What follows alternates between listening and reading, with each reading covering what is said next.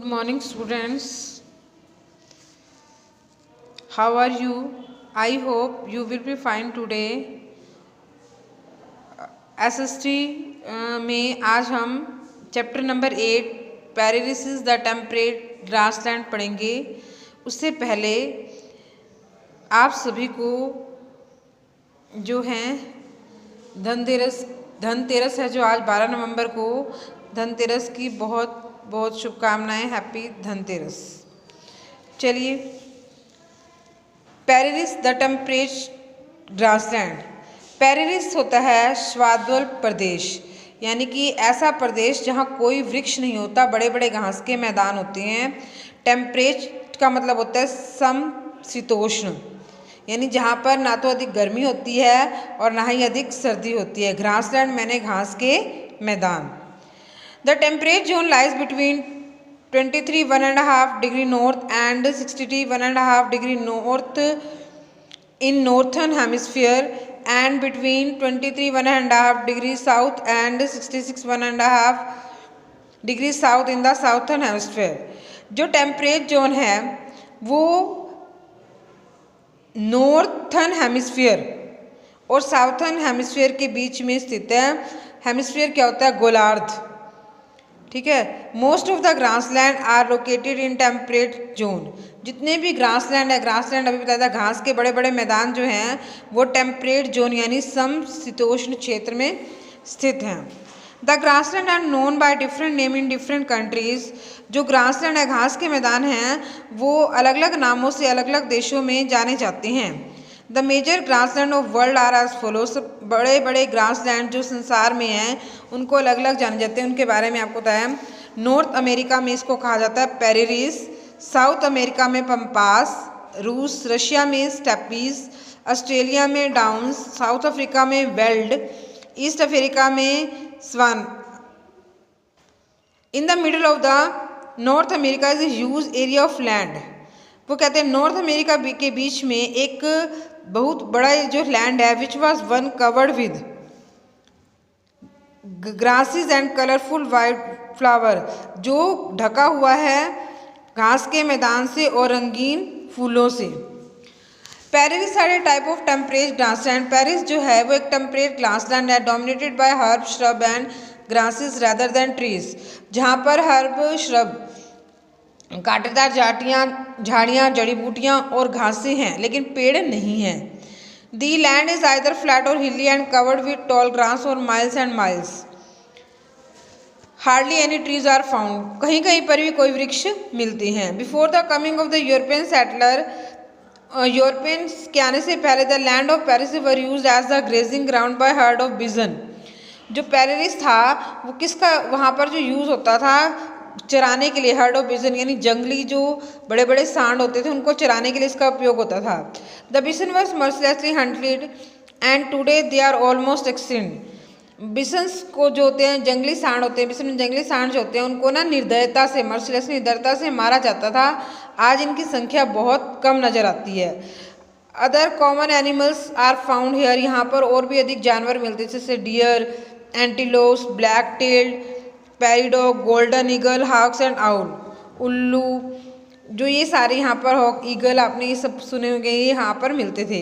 Some important place are. यहाँ पे जो महत्वपूर्ण प्लेस था उनका नाम था Texas, Chicago, Dallas, new Mexico, Oklahoma, Colorado, Illinois and Minneapolis in the USA के अंदर था, एंड रिजिमा इन कनाडा, और ये रिजिमा जो है कनाडा में था। क्लाइमेट, वहाँ की जलवायु कैसी थी? The prairies experience an extreme type of climate with very hot summer, extreme very cold winter due to the location of temperate zone. मैंने अभी बताया था कि यहाँ की जो जलवायु थी वो समशीतोष्ण थी, यानी ना तो अधिक गर्मी थी और ना ही अधिक सर्दी थी। अगर सर्दी होती वेरी हॉट और समर में गर्म भी होती थी और गर्मियों में मॉडर्न रेनफॉल अक्कल मोस्टली इन समर। जो बारिश थी वो लगभग सर्दियों में होती थी। ओकेजनल रेनफॉल इन विंटर, और सर्दियों में कभी कभी जो है वहाँ पर बारिश होती थी। Heavy snowfall also take place in winter. सर्दियों में स्नोफॉल भी होती थी, बर्फ़ गिरती थी। Southern prairies are highly prone to drought. Vegetation वहाँ की वनस्पति कैसी थी? Vegetation consist mainly of grass and forage. Vegetation वनस्पति के नाम पर वहाँ पर घास और कुछ पेड़ ही थे। Treeless garden have suitable climate and fertile soil for the growth of grasses like wheat and maize. जो पेड़ रहित गार्डन थे वहाँ की हैव सुटेबल फॉर जलवायु, वहाँ की जलवायु के अनुकूल थे। और जो वहाँ की मिट्टी थी वो वीट और मेज की खेती के लिए, गेहूं और मक्के की खेती के लिए उपयुक्त थी। दूसरे क्रॉप जैसे राई, ओट्स और बार्ले भी वहाँ पर उगाए जाते थे। In fact prairies are the biggest wheat growing areas of the world and US export surplus. वास्तव में जो पेरिस था वो वीट ग्रोइंग, गेहूं उत्पादन का सबसे बड़ा जो संसार में क्षेत्र था और यूएसए में एक्सपोर्ट करता था दूसरे कंट्रीज में। As a result they were known as, इसीलिए पेरिस को वीट बास्केट और संसार गेहूं की टोकरी के नाम से जाना जाता है। For agriculture the land is cleared. Agriculture के नाम पर भूमि बिल्कुल साफ है। And water is available plenty for Mississippi and Missouri river. और पानी जो है वहाँ पर कम मात्रा में मिलता है। और कहाँ से मिलता है? मिसिसिपी और मिसौरी नदियों से। लाइफ ऑफ पीपल, वहाँ के लोगों का जीवन। The people of Paris lead a good life with all modern facilities. वहाँ के जो लोगों का जीवन था वो बहुत अच्छा था और सभी सुविधाएं, आधुनिक सुविधाएं वहाँ पर उपलब्ध हैं। Most of the engage in farming converted grassland to farmland. Most machinery, बहुत सी मशीनें यहाँ पर यूज़ की जाती हैं। The farms are very huge. जो फार्म्स हैं, खेत हैं, वो बहुत बड़े बड़े हैं। कवरिंग थाउजेंड ऑफ एकड़, जिसने हजारों की संख्या, हजार जो है एकड़ भूमि को कवर कर रखा है। The farmer live in the farm, किसान फार्म्स में रहते हैं और उन्हें जो है अपने उनको अपना घर बोलते हैं, जिसे होमस्टेड कहते हैं। दे आर प्रोस्पेरस, वो काफ़ी समृद्ध है। मॉडर्न कम्फर्ट, आधुनिक सुविधाएं भी उन्हें उपलब्ध हैं। ऑल वर्क सच एज, जो भी काम उन्हें करना होता है, ploughing, sowing, harvesting, threshing is another done by machine. जो भी काम करती हैं, बीज बोना, काटना और ये सारे काम जो किसके द्वारा करते हैं? वो मशीन के द्वारा करती हैं। Food grain are stored in big storage bins are called silos. और फिर अनाज को वो स्टोर करते हैं बड़े बड़े स्टोरेज बिन में, जिसको कहते हैं silos. The western part of Paris is हिली and the soil is not so fertile. जो उसका वेस्टर्न पार्ट है, पश्चिम भाग है पेरिस का, वो हिली इलाका है, पहाड़ी इलाका है, लेकिन वहाँ की मिट्टी जो है वो उपजाऊ भी नहीं है। The animals are reared on large scale in open grassland or ranches. पशुओं को भी वहाँ पर बड़ी संख्या में पाला जाता है और पशु को रखने के स्थान को रैंचेस कहते हैं, जो बड़ा पशु फार्म है।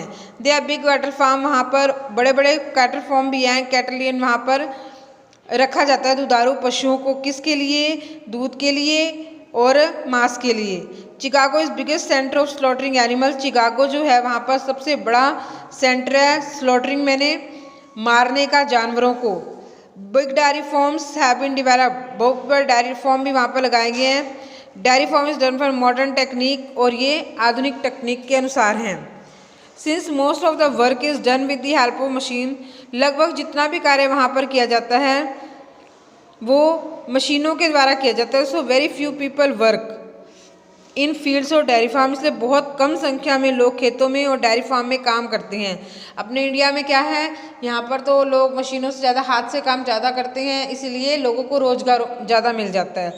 Producer is high and farmers are generally rich. Production जो है वहाँ पर बहुत ऊँचा है, जिसके कारण किसान जो हैं वो बहुत अमीर हैं। लीडिंग ए लग्जरियस लाइफ, और एक आरामदायक जीवन व्यतीत करते हैं। Every milking is done by machine, प्रत्येक काम जो है वो किसके द्वारा होता है? मशीनों के द्वारा होता है। तो अभी आपने पढ़ा कि पेरिस जो है एक टेम्परेट ग्रासलैंड है नॉर्थ अमेरिका के अंदर, जो सर्दियों में गर्म है सर्दियों में ठंडा और गर्मियों में गर्म होता है। और चिकागो यहाँ का सबसे बड़ा जो है सेंटर है, जहाँ पर पशुओं को मारा जाता है। ठीक है, और यहाँ के लोगों का मुख्य व्यवसाय क्या है? फार्मिंग और कैटल रियरिंग। और पेरिस को संसार में किस नाम से जाना जाता है? Wheat basket of the world. ये मेन बातें थी जो अभी आपने इसके अंदर पढ़ी।